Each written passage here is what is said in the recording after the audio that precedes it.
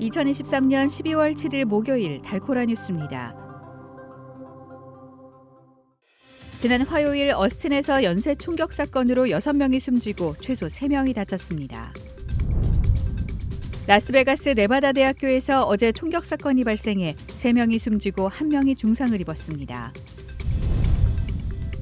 북텍사스의 주민이 3,400만 명으로 늘어날 수 있다는 전망이 나왔습니다. 한국재외동포청이 국외에 거주하는 재외동포도 자신의 휴대전화를 통해 민원 처리 현황을 손쉽게 확인할 수 있는 알림톡 서비스를 시작했습니다.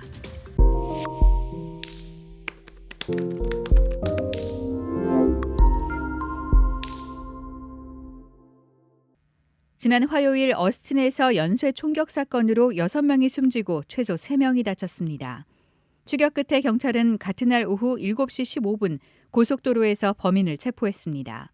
하지만 용의자가 30대 남성이라는 사실 외에 자세한 신원은 공개되지 않았습니다. 트래비스 카운티 지방검찰청은 다수의 살인 혐의로 구금된 용의자와 사건을 경찰에서 넘겨받은 다음 기소 절차에 착수할 거라고 전했습니다. 라스베가스 네바다 대학교에서 어제 총격 사건이 발생해 3명이 숨지고 1명이 중상을 입었습니다. 용의자는 경찰과 총격 끝에 현장에서 숨졌습니다. AP통신은 사법당국 관계자를 인용해 용의자가 최근 이 대학교에 지원했고 노스캐롤라이나주 이스트캐롤라이나 대학교에서 근무한 적이 있는 67세 교수라고 전했습니다. 한편 학교 측은 내일까지 모든 수업을 취소했습니다. 키스 휘필드 총장은 가늠할 수 없는 사건으로 캠퍼스가 충격에 빠졌다며 우리가 잃은 이들과 부상당한 사람들을 영원히 기억하고 기릴 거라고 발표했습니다. 북텍사스의 주민이 3,400만 명으로 늘어날 수 있다는 전망이 나왔습니다.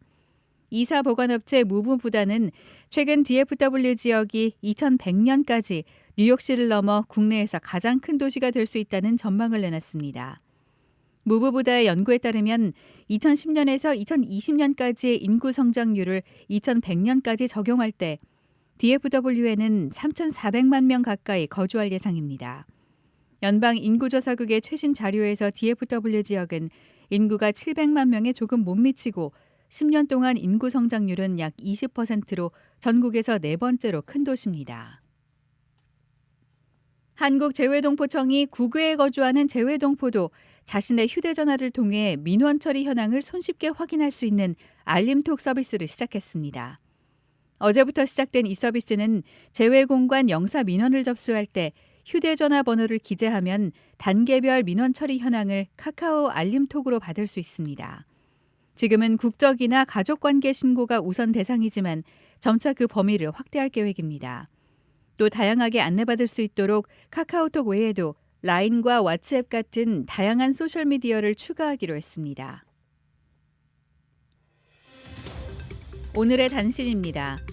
국민의힘 혁신위원회가 결국 활동 기한을 채우지 않고 조기 해산을 결정했습니다. 세월호 사고 10주기를 넉 달여 앞두고 진도 팽목항 인근에 희생자 추모와 해양 안전사고 예방을 위한 시설이 들어섰습니다. 가자지구에서 하마스를 상대로 전쟁 중인 이스라엘이 팔레스타인인이 거주하는 동예루살렘에 새 정착촌 건설을 승인했습니다. 세계적인 경기 둔화 우려가 부각되면서 국제유가가 급락했습니다. 지금까지 12월 7일 목요일 달코라 뉴스의 소피아 싱이었습니다.